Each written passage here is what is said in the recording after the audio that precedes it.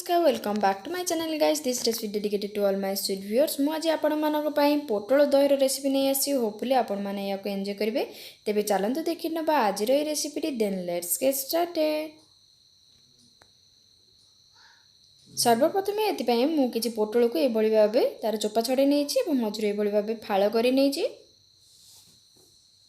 यार मसला पई प्रिपेयर करबा पई मु एठी किछि अदा रसुण एवं पियाज को नहीं या एकाठी करी बहुत भल भाव यार गोटे पेस्ट बन नवा।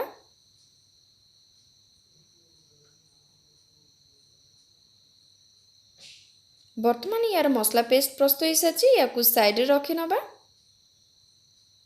बर्तमान मु गोटे कड़े रे किछि सोरिष तेल को ऐड करि नउची। तेलटे बहुत भल भाव गरम होगा पर काटिकी रखिथिबा पोटल को एथिरे ऐड करि नवा। एथिरे मु किछि हळदी गुंड को ऐड करि नउची।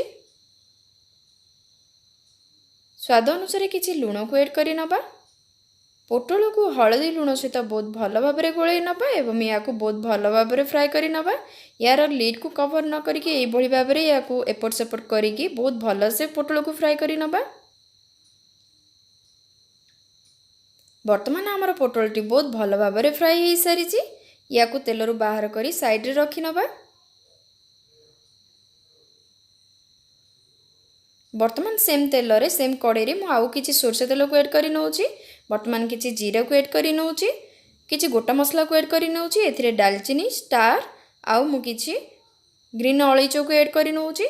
गोटा मसला तेल सहित टिके भाजी हेबा परे एथिरे काटिकी रखिथिबा गोटे मीडियम साइज रो पियाज को ऐड करि नउची। पियाज को बहुत भल भाव रे कुक हेबा पे दबा।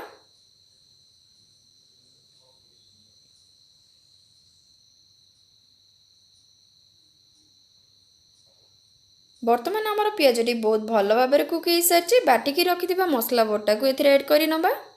अदा रसुण एवं पियाजर मसला बटा को एथिरे ऐड करि नबा। एई मसला बटा को 2 ରୁ 3 मिनट पर्यंत ए भଳି भाव तेल सहित बहुत भल से भाजी हेबा पई दबा।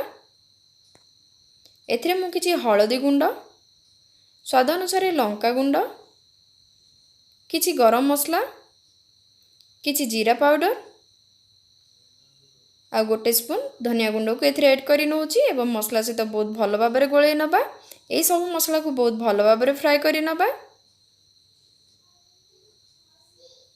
वर्तमान आमर मसलाटी बहुत भल से फ्राई होची किंतु एठी आमर मसलाटी सुखा देखा जाउची ते मु एठी किछि पानी को ऐड करि नउची जा फल रे आमर मसलाटी बहुत भल से फ्राई हो जबो एवं जळिबो नै।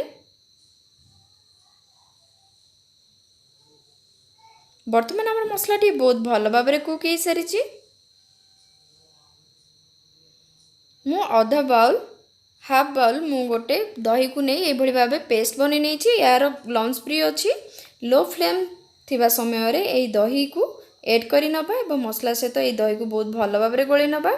आपण जदि चाहेबे लो फ्लेम को लो मध्य करि परिबे किबा आपण स्विच ऑफ मध्य करि परिबे। दही को ऐड करिबा परे मसला सहित मिसी सारिबा परे पुणी आपण फ्लेम को ऑन कर परिबे। ए भଳି भाव 5 मिनट पर्यंत या को कुक करि नबा मसला सहित।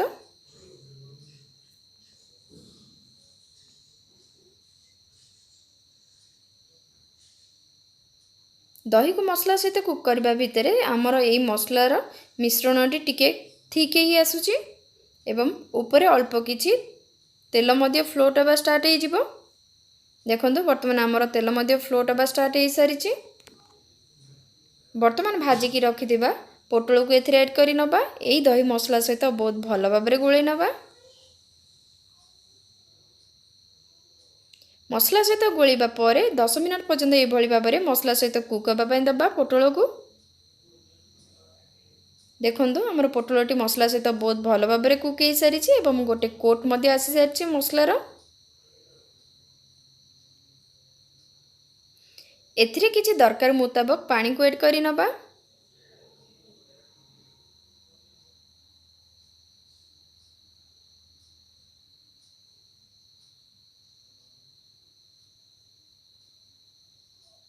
वर्तमान पानी को ऐड करिबा परे किछि स्वाद अनुसार लुण को ऐड करि नबा। ध्यान रे रखिबे पोटल भाजला टाइम रे आमे किछि लुण को आगरो ऐड करा जाई छि। पोटल को बहुत भल भाबरे गोळै नबा। याकर लीड कवर करके 10 मिनट पर्यंत लो फ्लेम रे कुक होगापाई देवा जहाँफल आमर ग्रेवीटी बहुत भलसे सेट हो 10 मिनट पर लीड को ओपन करके देखा देखो आमर ऑयल गुड़िक फ्लोट होमर ग्रेवी बहुत भलसे सेट हो सारी।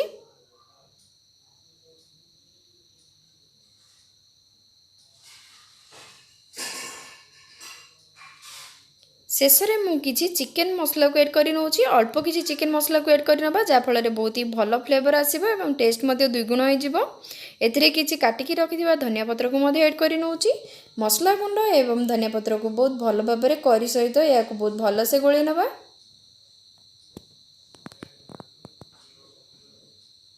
बर्तमान आमर प्रस्तुत हो सारी दही पोटल करी आपण या स्टीम्ड राइस किंबा आपण या रुटी परोटा सहित सर्व करेंगे या खावाई बहुत ही टेस्टी लगे। Thank you for watching guys, see you soon.